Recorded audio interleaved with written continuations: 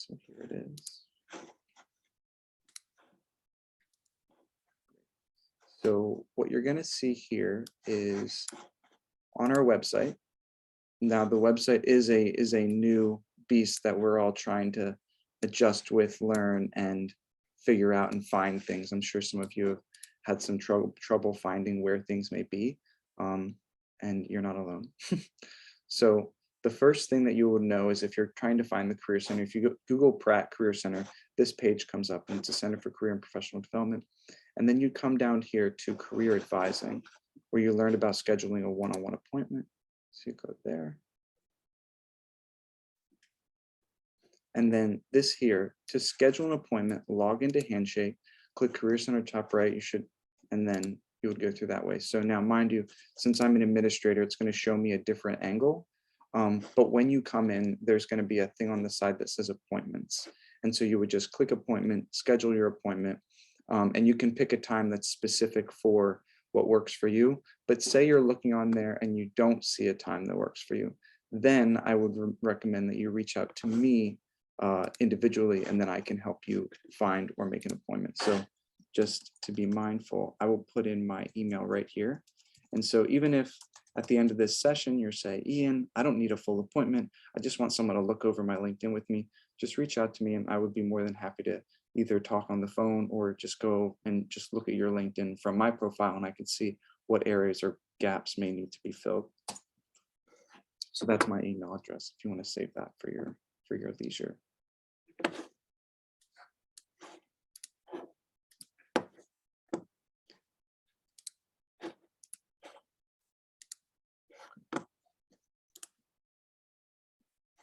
So now just, can someone give me a thumbs up? Meredith, can you see that? Yes. Excellent, thank you. Okay. So leveraging LinkedIn, I've done this session a couple of times before for different groups. The one thing that I'm hoping that we will accomplish today is first, we're going to learn a little bit about what is LinkedIn and why may we use it. A lot of creatives may not want to use LinkedIn, and there's some reasons, some bias behind why someone may not want to use it. And so we're going to kind of talk about that a little bit. The second will be how to create a clear and professional profile. There definitely is a difference between it being clear and unclear, and between being professional and personal. And so LinkedIn is very much a professional tool. So being mindful of where personal things may not be necessary and where they may actually help you as a professional.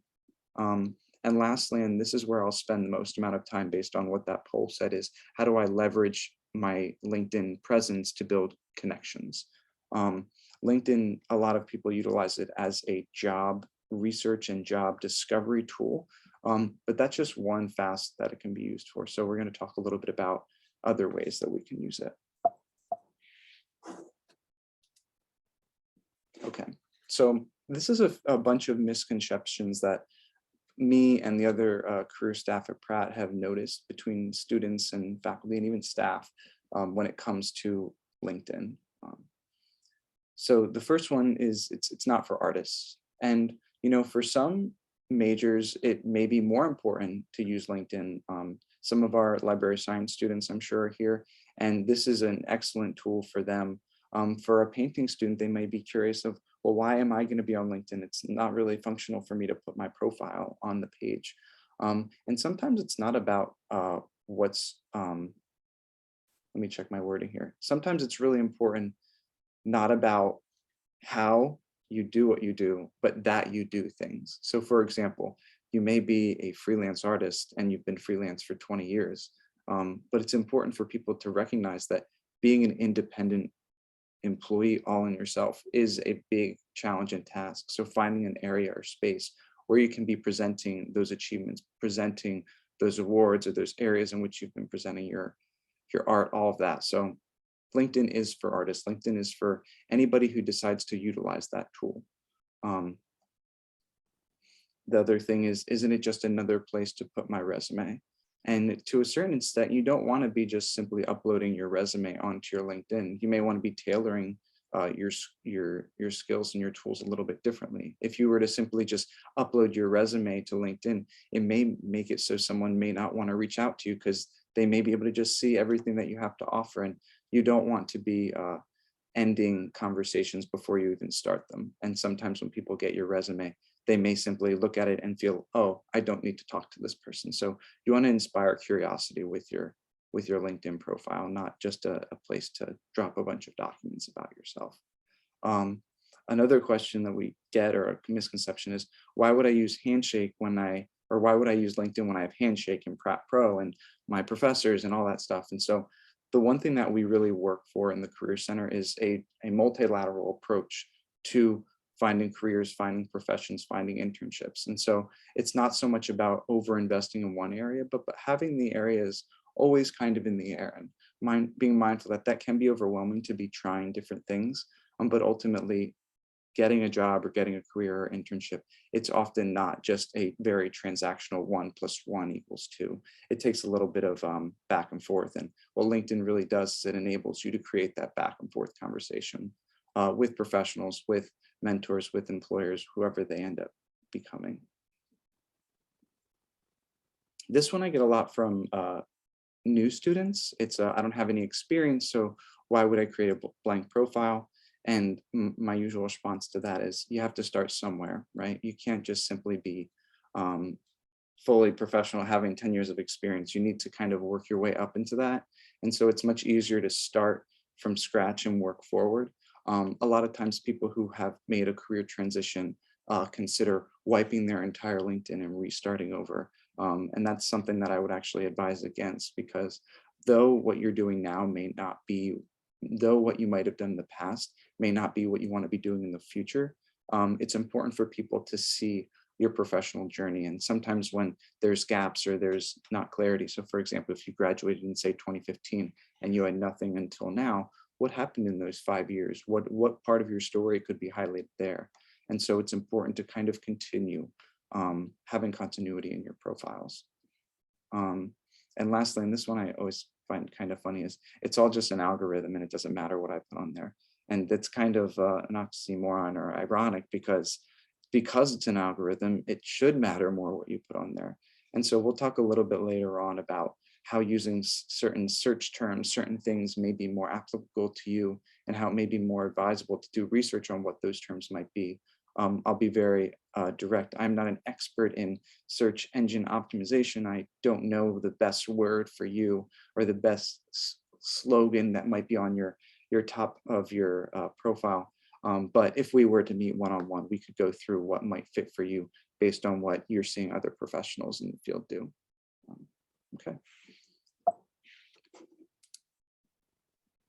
Just a brief background, and being mindful that LinkedIn is a tool. It's not the end all be all. It's not the perfect solution. It does solve a lot of solutions, but it's just a tool that we have.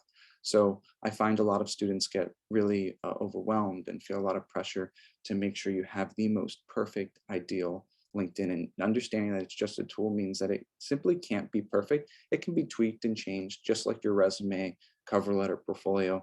And the goal is to kind of like work towards having it always be updated and having it always be as clear as possible, but being mindful that, you know, things change constantly, especially in the landscape we have now with different industries and different careers popping up with different titles all the time.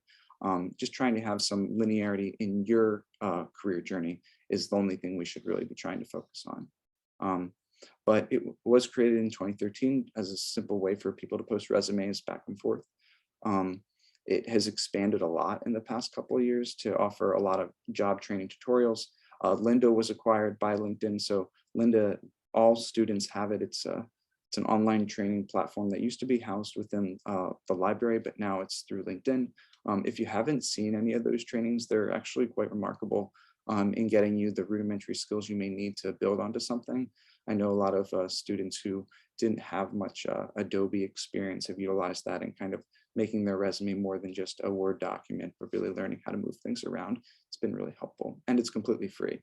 They offer a lot of webinars. They have a lot of job boards. Obviously, it's a career connecting tool, so a lot of different job boards, and those are very clear and transparent, but sometimes they're not necessarily a job board. Maybe it's just a community that you can join. So I'm hoping after this, you all join the CCPD Career Center community that is on LinkedIn.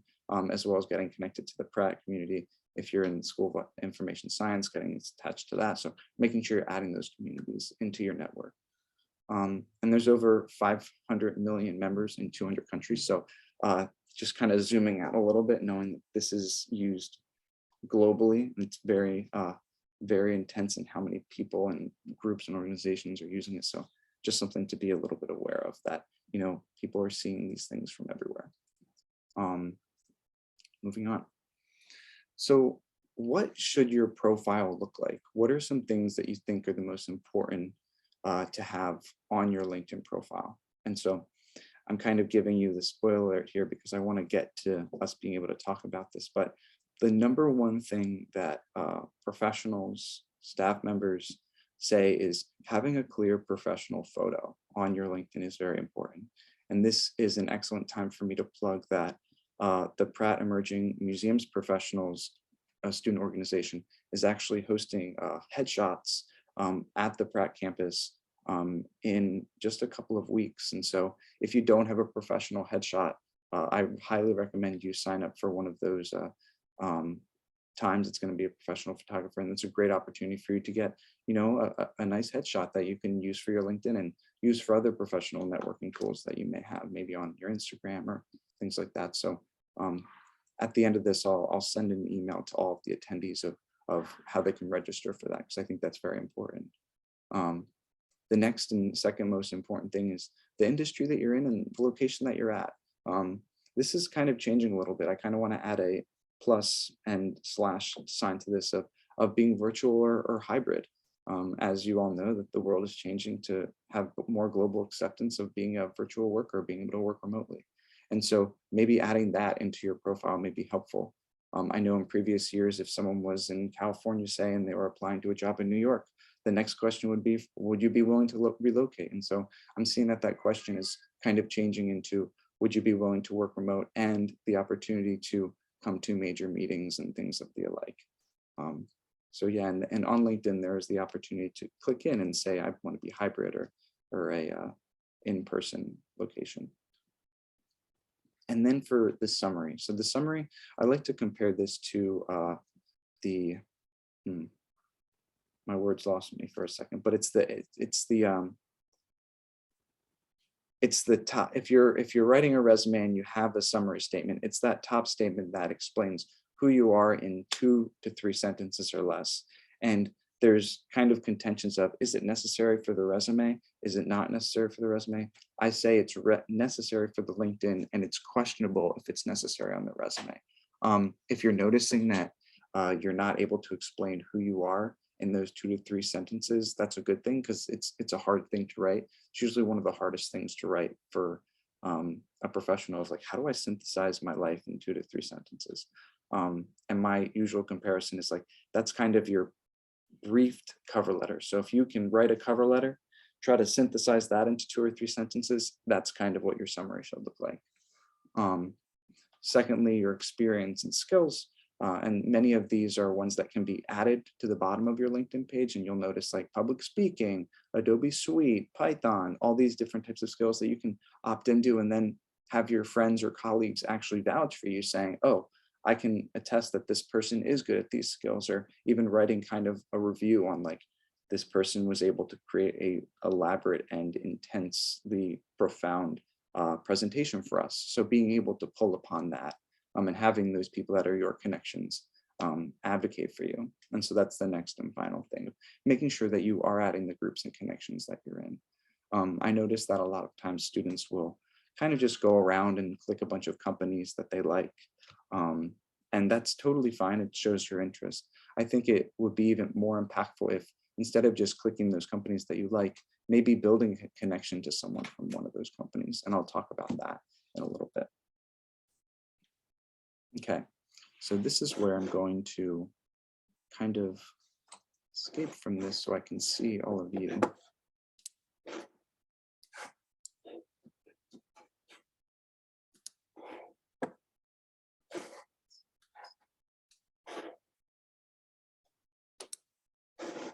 So I want to see if anyone can give me any pros and cons from this portfolio, which we all kind of just kind of went over a couple of the main takeaways. But after reading this profile, so take like a minute and just read over it and unmute yourself and maybe tell me one a pro or a con that you may have from this.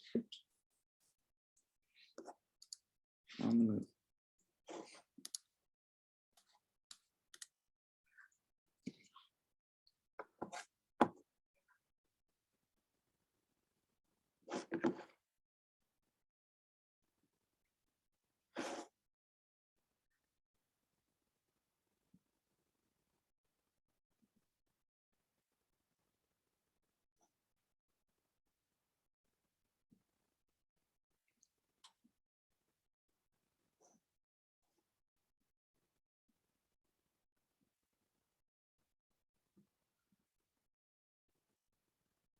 Who's going to be the brave one? Who's going to unmute themselves and give me one pro or con about this profile here? So Haley has asked, is this summary too long?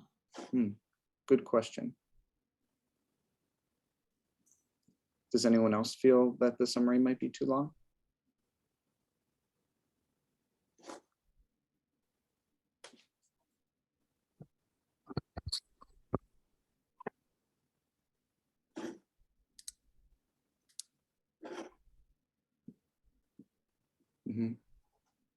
I see someone commented the intro shouldn't be in the first person.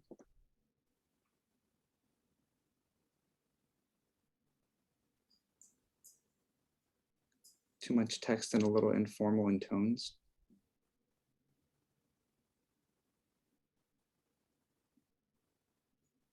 Yeah, all of these points kind of have the central idea of informality, or this is a professional space. Should I be saying those things?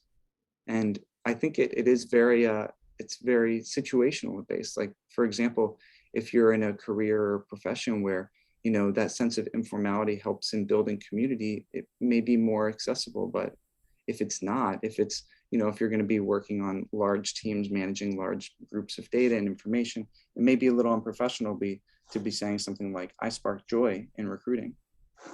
Yeah, I was gonna say that I don't really like that sentence. I wasn't sure if you were gonna say you like it, but I feel like that doesn't make any sense. I spark joy in recruiting. It doesn't mean anything to me. Yeah, it's a very ambiguous. And Yeah, what does that mean? mhm. Where do you write that in the that part? What is that? That's not the summary, obviously, but where do you? No, the summaries down. That's like your headline. That's the headline. Okay, got it. Yeah, so it's the name, headline, and it usually pulls from whatever your first job is. So where it says your title, it says senior recruiter Right. at Chippo. Yeah.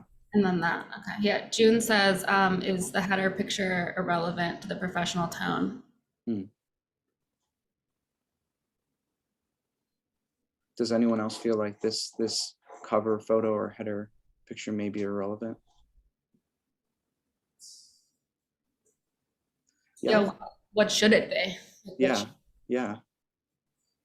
I found that this area here most often should be connected to what you're doing right now. So you'll notice a lot of professionals putting maybe a photo of the company that they work at, or a product that they might have worked on or created.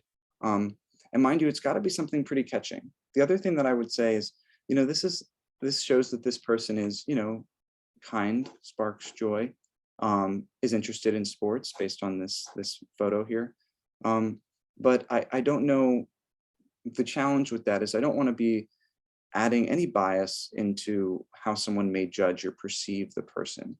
And so, for example, what if I'm not a San Francisco Giants fan? And what if I had a really bad experience at a San Francisco baseball game where someone was really rude or frustrating with me?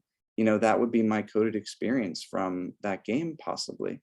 And who knows, sometimes a single experience with someone could leave a lasting negative impression. So I wouldn't want to put anything that could essentially do that. And mind you, it could get a lot bigger than that. It could be, say you work at Apple and Apple does something socially that you don't agree with. Someone could think that way, and you know, you can't control for that, but you can control for what they see there. And if you feel any tension or any worry about what might be on there, I think that'd be a good time to kind of maybe reflect for yourself a bit on, why do I want someone to see this? But then maybe check in with a professional, check in with someone from the Career Center, or even check out with someone in the field that you're in.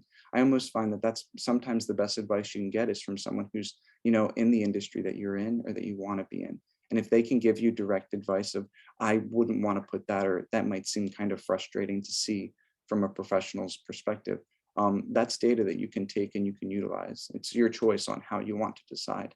And with a lot of these comments of too much text, all that, there isn't always a silver bullet right answer, but there is often a wrong answer. So I would say a wrong answer would be the first thing that they know about you is that you spark joy.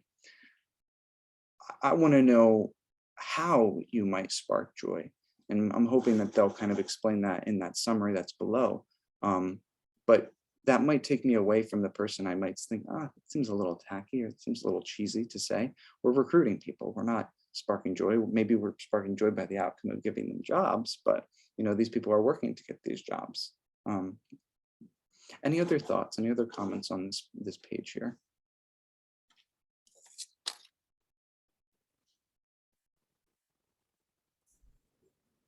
Good photo. Yeah, great photo. Yeah.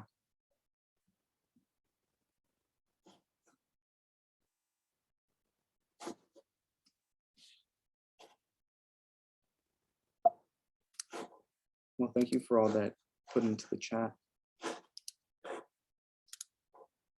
Let's continue on. Okay, so I put this in assuming that I would be talking way too fast and we wouldn't have time to, but I think that it might be more valuable of time instead of having you peer review each other's LinkedIn's if we just kind of move along. Does everyone find okay with that? And if so, just give me one of those like thumbs up emojis. But if you would like to go over maybe one person's, then that's fine too.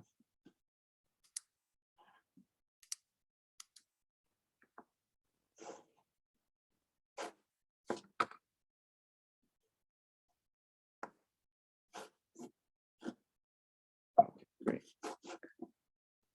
Whoa, what's happening to my computer?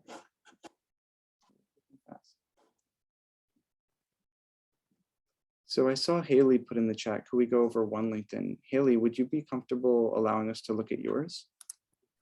Yeah, Understand. sure. I can definitely share mine, and Great. please give me a lot of feedback because I really need Why it. don't you, can you just drop the link of it into the chat and then I'll pull it up on my end? Yes, I will Great. put it in the chat. Thank you, Haley. Yep, thank you.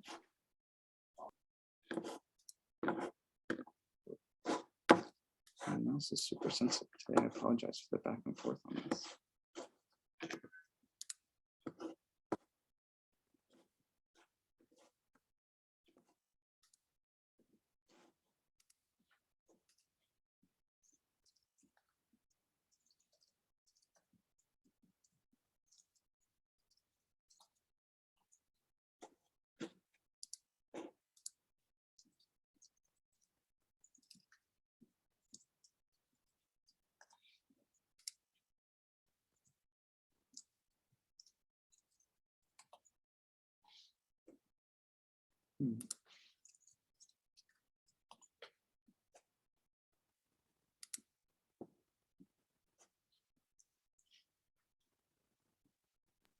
Could you see my Yes, LinkedIn? I just got it. It's Yeah, telling yeah. me that I have to verify my account. Oh, I see.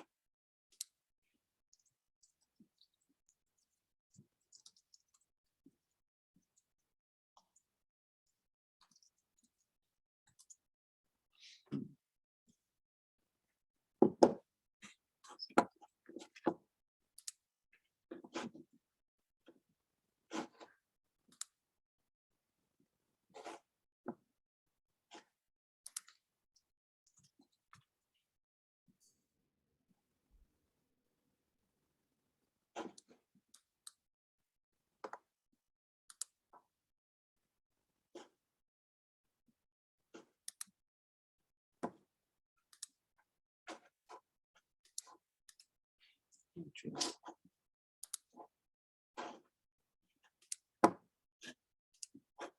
Meredith, are you able to pull it up on your screen maybe? Yeah, I was just gonna offer that. I can pull it up. So, yeah, it's telling me I have to recreate my LinkedIn account, which I don't think is true. I'm sharing now. Let's see. And just let's all be mindful. Haley has been very brave in sharing her profile with us. So any comments or critiques, let's have it with a grain of this is only to make it better. There's nothing wrong exactly, just wanting to improve. Does everybody see this? Looks good. Great. So Meredith, you can scroll down just a little bit. Excellent. So I'm seeing the experiences are mapped out in chronological order. That's great. Keep scrolling down, noticing the education is tapped in, some certifications and license, some volunteer experience, some skills, PowerPoint, organizational skills. I'm sure if we were connected, we could see all 15, and that'd be great. And then some influencers or some areas of interest. I'm not sure if these are added or if they're looking to be added, but if that's the case, great. Again, one of the main things here is just showing activity and showing that this is a live space, showing that things are happening. That's why I feel like sometimes you'll get those emails of so-and-so got a new job, congratulate them, or a person was transferred to a new place, congratulate them, or even, oh, you were awarded this thing, do you want this to be on your LinkedIn page? And yeah, I think some of those things should be highlighted. You should add them in there. So Haley, I'm noticing right here, well, based on kind of what we talked about, what do you feel you may want to add? I think I might add the summary on top of my page, or maybe a longer about description so that people have a little bit more information about me. Because Mhm. right now it's just like one short sentence. So Yeah, I'm not sure if this is like effective. yeah. I would say one of the challenging words there is motivated designer. Motivated, it has a very like active and wanting to do more, but it doesn't really give much clarity in what the motivation is. Like, are you motivated to seek a career in UX design? Are you motivated to design in Right, UX? right, So right. kind of adding some clarity to that. I do want to say I like that down here. It looks like you congratulated a friend of yours. That's great. That shows that you're actively participating in this. So that way, if you know recruiters or potential employers are looking at your page, they can see that. And they can see, oh, if I message this person, they may message back. Oh, interesting. I actually didn't know that. I'm actually not very active on LinkedIn. I Sure. just like I sent a message because she's someone I know. Yeah, But I see a lot of people using LinkedIn just like they use a social network. And that's yeah, actually what I want to ask about. Like, sure. how should we what should we do on LinkedIn so that it could benefit our profile? Hmm. Yeah, that's a really good question. I'm sure other people have that as well. I think one of the main things to do is keeping it very as professional as possible. And again, being mindful how certain likes and certain comments may bring you towards or away certain organizations. So for example, if you were for climate justice or for climate reform, and there's a company that's hiring that is very much pro like oil refinery, pro this, they may see that you're promoting something that's anti what they are doing, and it may not be the best display of what you may be wanting to go for. So it's just kind of being mindful of those types of things. Right, right. Does that make sense? Yeah, it does. Thank But you. at the same time, it's good to be engaged on it. And so I think like having the differentiation between, this is my professional profile and this is my personal space to kind of curate for myself. It's helping you create the narrative that you want to be displayed as. Right. I would say, Haley, excellent photo, very clear. I can see who you are. I can see that you're a real human being. And I mean that when I say that. There's a lot of, Thank you. AI and people auto-generating photos. And some people I noticed putting on like the meme or like the emoji as the face. That's better than having no photo, but it would be more ideal to have a photo. And then also the cover photo, there's nothing there. So I would definitely add something there. That could be maybe a screen grab from a project that you worked on. It could Right, be yeah. maybe if you did a presentation with some of your classmates or colleagues, that could be a good picture to have. maybe you presented somewhere, or maybe you maybe you are attending Pratt, maybe having, the image that image of Pratt Institute, something like that. Yep. Um, Cool. Yeah. yeah, there's a lot of Thank you. opportunity. Yeah, thank you so much for showing it. Yeah, did you see that somebody just and like Oh, in the chat? yeah, let's take a So look. people comment on my experience. See. So I think it's a valid point, but do you think it is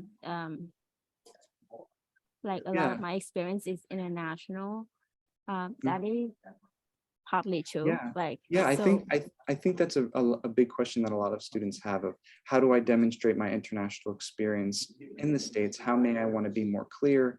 And so oftentimes it's more about saying the work that you did, not Mhm. the location that it was done. And so if you can explain how you did something, and maybe if there may be some translation change from how something might have been done in Vietnam compared to in the US, like I know that in some, like for example, colleges in other countries don't call professors faculty, they call them staff or professor. And so making sure that the language is consistent with the area in which you're trying to find employment. Yeah. That'd be the ideal suggestion I have there. Yeah, thank you. And lean, and also it's good to know to lean upon that diversity of thought, that bringing that difference adds so much value. And a lot of times I see students and alumni try to run away from that, but I think it's more important to lean into it and showing that you bring value from a very different perspective. Yeah, cool. Thank you. A question about this. So like just looking at some of these experience descriptions, I feel like I've seen descriptions that are just kind of like a couple of lines, Mhm. and some that look like these may have been pulled from a resume, like starting with run, planned, redesigned. Like what is the what's kind of like the leading way to describe past work? Yeah. So if it is past, we're definitely using the past tense. That'd be the first step. So instead of run and manage training projects, managed training projects and I would take out mainly, I would say ran and managed training projects for middle and top managers from organizations and corporations. I'd add a little bit more nuance to that. What types of organizations, what types of corporations, how many trainings might you have been adding? And so that's a great question, Meredith. And I feel like that's a question that can really be honed in on if someone wanted to go over their resume and how to like expand that. Because sometimes if you spent so much time writing it on your resume, it might just be valuable to just put it in there in the way that you wrote it there. So there is some consistency. Sometimes people feel like they don't want to just copy and paste their whole resume and put it on here. And so sometimes what they'll do is they'll maybe take a 3 to 4 sentence snapshot and just type in what they did. I will say what that does is it does make it harder for LinkedIn to pull the keywords out because it's kind of hidden. It's not as fragmented as a bulleted list would have been. Yeah, I think that answers your question. Yeah. So Haley, thank you so much for showing this, and thank you everyone for giving comments and critiques. Meredith, you can unshare and I'm going to jump back into the presentation as we have 5 minutes left, and there's one thing that I really want to get to, and it's okay on my end if we go over, but I understand that people will have to leave. I've blockaded the next 15 minutes for this because it always goes over. Great. So this is something that I feel very passionate about, and I think it's one of the most important things that one may take away from this session. And it's an idea that's kind of pulled from the career education model that our center follows. And so if you were all to look at this funnel here with those arrows, how people traditionally think about applying to jobs is based on this model. So you see a job posting, as does your classmate, your friends, your family, other people competing for the job, and you all run into the center of that funnel. You all run to go down to that one outcome, that is that one job, that one thing. And that works for a lot of people. It works. It's been working for years and years and years. And that's why we have job postings. That's why LinkedIn posts so many jobs. That's why when you Google jobs, you see them all there. But I would almost argue that utilizing LinkedIn in a different way of turning that funnel around, in a sense that maybe it's not finding the one job, maybe it's finding a person, a group of people, a place. And if you were to mentally turn these arrows around, by finding those right connections, that can lead to more outcomes. It could lead to more opportunity. It could lead to not going into a certain opportunity. A lot of times students will say, oh, I really want to work at X company. I've heard so many great things. They get the job, they work there for a year and they go, it's terrible there. I don't know why I ever wanted to work there. If you had a connection to someone that worked at that company, you may be able to have got some of that information as why it may not be the best place to work. Or maybe it would validate your thoughts on why it could be a great place. And it might be more of a reason to give you a leg up. Maybe they have a connection to the hiring manager. Maybe they saw something on your resume that maybe isn't clear, might yield you out of getting an interview. So it's about utilizing different methods to get into that bigger end of distribution. It's to build connection in a way that you can get to know people, get to know industries, get to know groups of people. And the challenging thing is it takes work, but it doesn't take as much work as rewriting your cover letter 10 times does. It takes reaching out to a couple people on LinkedIn, sending them a few messages saying, hey, I really value the company that you work for. And though I see that there's no positions posted, I'm wondering if maybe we can set up a 15-minute call where you can kind of tell me about how you got involved or how you learned more about this project or this thing. And giving people the opportunity to communicate and to talk about the opportunities that they have. And opportunities is a very open word. It's not just a job or just an internship. Maybe it's a relationship with them from a friend as a mentor, something like that. Because people are more willing to hire you if they can trust you, and people are more willing to trust you if they know you. And if you don't have a connection to them, how can they trust you? So this idea that I'm kind of pushing here in my last couple minutes is utilizing LinkedIn for the many reasons that you can. So if it is setting up informational interviews, that's kind of what I'm talking about. Being able to just reach out to them and ask them candid questions about the company. A lot of times people hear me talking about informational interviews and they say, oh, well, I don't want to just they're going to know that I'm just trying to get this internship or just trying to get their job. And they may know that, but they also may not know that. And they also may want you, they may want the opportunity to teach someone. A lot of times people that are in these different industries aren't really often questioned why they like what they like or why they do what they do. And so if they have the opportunity to kind of help someone who's kind of getting into it or help leverage someone into getting that opportunity, they may open themselves up and may help you with that. But that's also managing expectations. I had a student a couple of weeks ago that said, Ian, I reached out to this guy and he never got back to me. And then when he got back to me, he said he didn't have time. And your method of reaching out to people to get jobs didn't work. Well, I didn't say you're reaching out to get jobs. I was saying you're reaching out to build connection with people. So if you can build connection with people, it really offers the opportunity for them to help you and guide you in ways. A good example that I have is a lot of you may have very specific questions about your specific industry. And I'll be honest, I may not have those specific answers. But if you had a connection with the professional in the field that kind of reads through resumes, that kind of understands that stuff, they may be able to give you their anecdotal and their direct response to what you're trying to figure out. And so without belaboring the point too much, the next thing that I would say is in those outreaches, in reaching out to other people, learning and focusing on asking open questions, not so much closed ones. So a closed question would be, do you have an internship or do you have any jobs available? The answer to that is yes, no, or maybe. And so those three questions are very closed.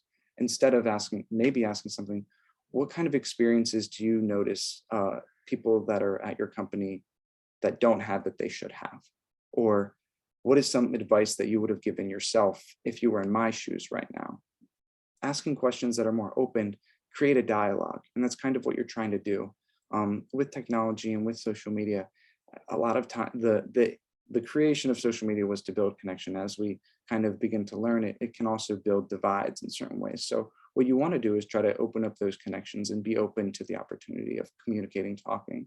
And technologically, we're able to do it in a second's notice. I'm sure a person would be willing to jump on a 15-minute Zoom call, a 15-minute phone call. And that's also one of the secrets is it's giving them a manageable amount of time. A lot of time, I've had people reach out to me to do an informational interview, and an hour is a really long time to commit to someone. 30 minutes can be a really long time to commit to someone. 10, 15, that's kind of manageable. I could do that. between meetings. And I think that's something that opens the door to having a really good conversation and continuing it, and checking in with them. Yeah. The next two points are keeping track. And so being mindful of who you might have reached out to when you reached out to them, maybe saying, having a spreadsheet of, I reached out to Samantha Smith 3 weeks ago, and she said to check in a month. A month is coming up. Maybe I should reach out. So keeping track of that, maybe in a spreadsheet or maybe just in your own Google Calendar, whatever is helpful to you.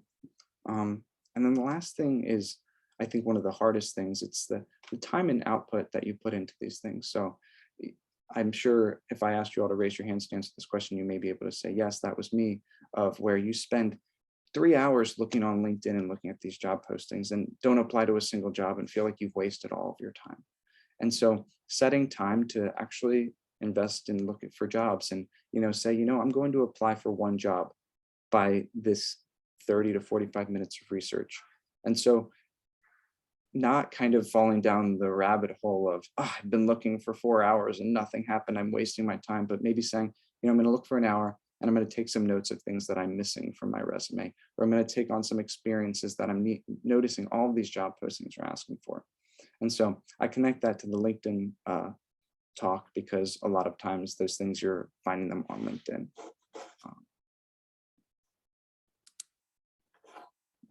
And so just some overall career suggestions: be aware of your digital presence. So earlier someone asked, like, how do I know what to put on this or to put on my Facebook or Instagram? Just be aware of before you post something, what footprint that may leave. And when you're posting things on LinkedIn, even more so, being aware that future employers have the ability to see what you've posted previously. So I would suggest not being super negative about a company that you at some point may see yourself wanting to be a part of. Creating your personalized career team. So that's something that I suggest as a career counselor here at Pratt. Having a bunch of people give you advice on what you're trying to put out there. So I always suggest having one person that sees a lot of resumes, one person that's in your industry, and one person that's where you want to be, but a little bit above you, in manager or director, a little bit above. And I say that because us as career counselors, we see a lot of resumes, cover letters, or portfolios. So by us knowing what they should look like and seeing a lot, we have that awareness. By having one person that's on your level or on your side, it gives you kind of a pulse of what's going on. Are other people struggling with this? Or other people not struggling with this? Where am I kind of in that? And then the third, of having one or a couple professional people to kind of rely on for that professional advice. And I suggest to kind of keep it even that way. A lot of times students will come up to me and they'll say, everyone's saying this. And I'll say, who is that everyone? It's my 2 friends. It's my 3 friends. It's my 1 professor. So understanding that a lot of this information is anecdotal and it may not be the exact experience that people are having. And last but not least, check in with us. Reach out if you want to have a career counseling appointment to review things for your specific case. I think that's the best way to get advice. And we're all open and always willing to help. So I'll make sure that we can get this presentation out to everyone so they can kind of look through those sources. But I figured we've got maybe 5-10 minutes. If anyone has any general questions that you feel may apply to the whole group, you can either drop it in the chat or speak aloud.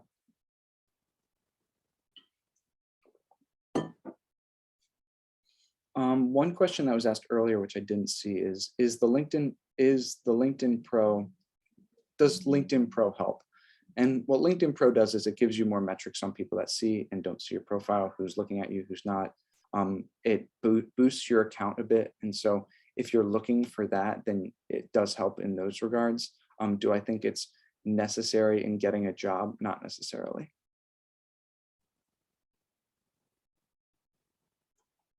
Someone said, how would you show a presentation or work on the top photo?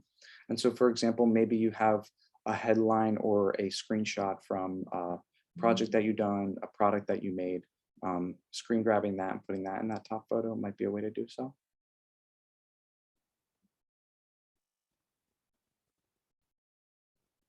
How much of my past experience in another profession do I show in my LinkedIn? You can show all of it, essentially. You can show everything that you've done that you would feel comfortable with an employer seeing.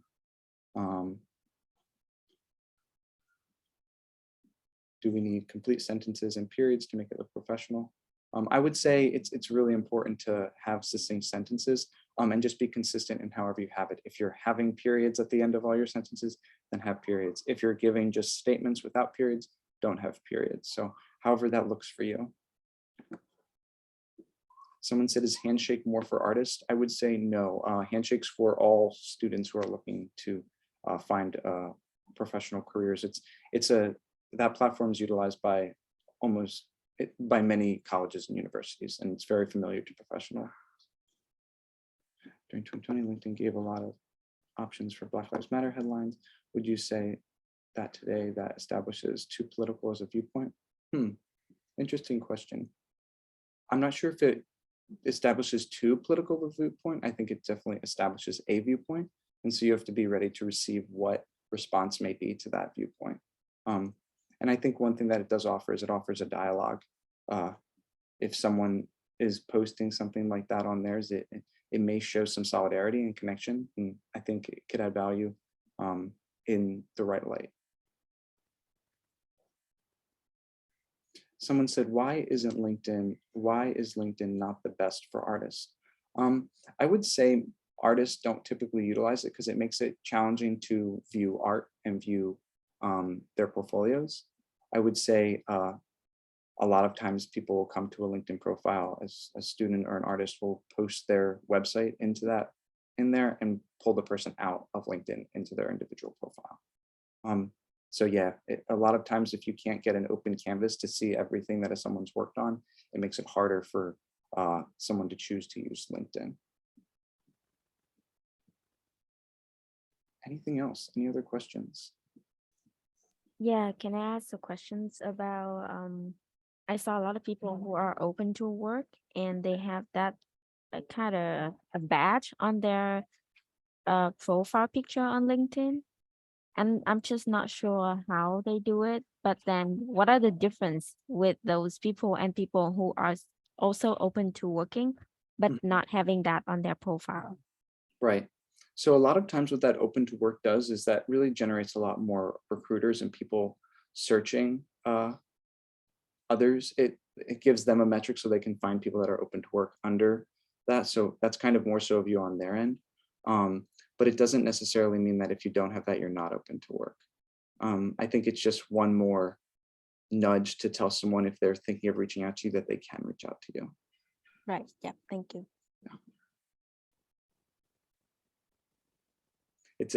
Haley, that's a good question because I know there's a lot of people that may be at one job and they're trying to get a new job, but they don't really want their current employer to know that they're looking for another job. That's right. That's right. Yeah. That's why I'm asking actually. Yeah. Thank you.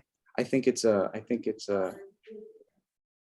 is a challenging thing to do, to be putting that. And I think if anything, communicating with your supervisor prior to putting something like that on there that you may be searching.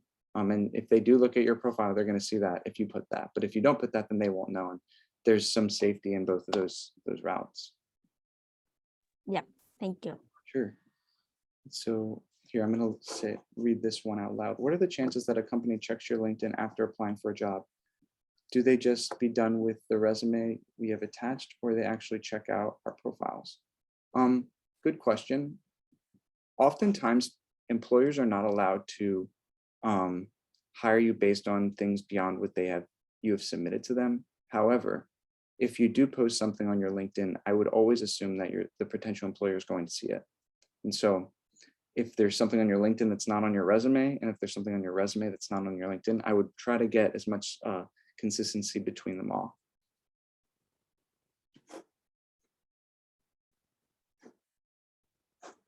Anything else? Hi, Ian. Hi, Scott. How are you? I'm doing well. Happy Wednesday. Happy Wednesday.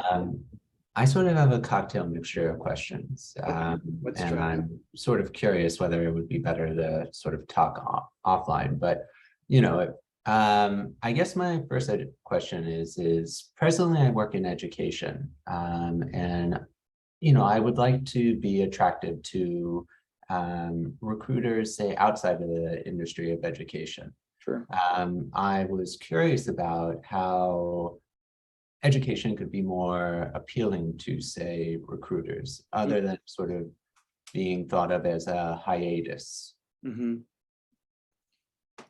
Yeah, I think that's definitely a question that I feel like we should talk about more together, but I'll give kind of a general thing for others to kind of like hold about. And it's about transitioning between industries. It's oftentimes the people interaction that can transpire between all of them. And so just being clear on what that might mean. So a lot of times changing your wording from working with students to working with clients to instead of managing a classroom, managing a caseload or program management, things like that, and kind of changing that language a little bit.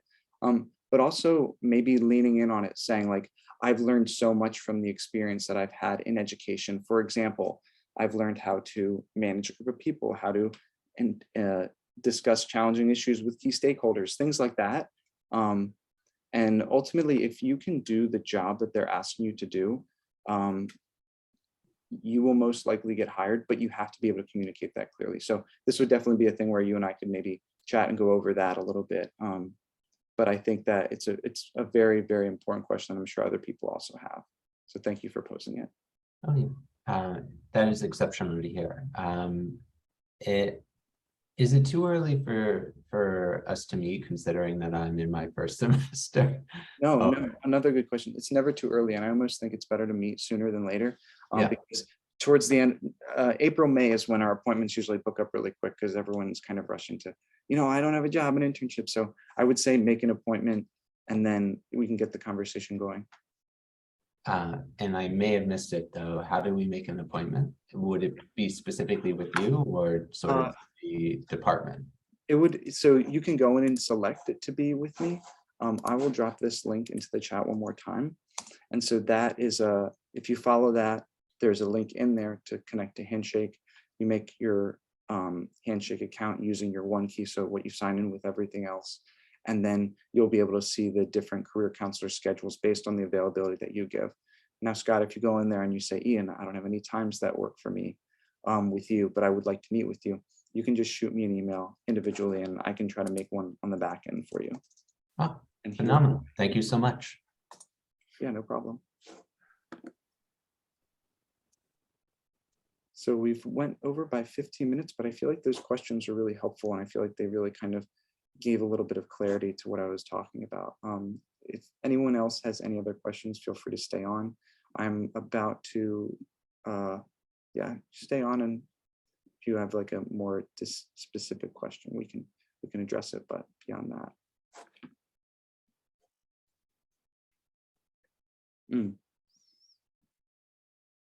That's a good question. Someone submitted, what sort of approach should you keep in mind while building your profile as a student not currently looking to work? I would say putting on selected projects that you might be working on in your coursework. That's a really good way to demonstrate that you are actively participating in your professional journey, though it isn't through a job.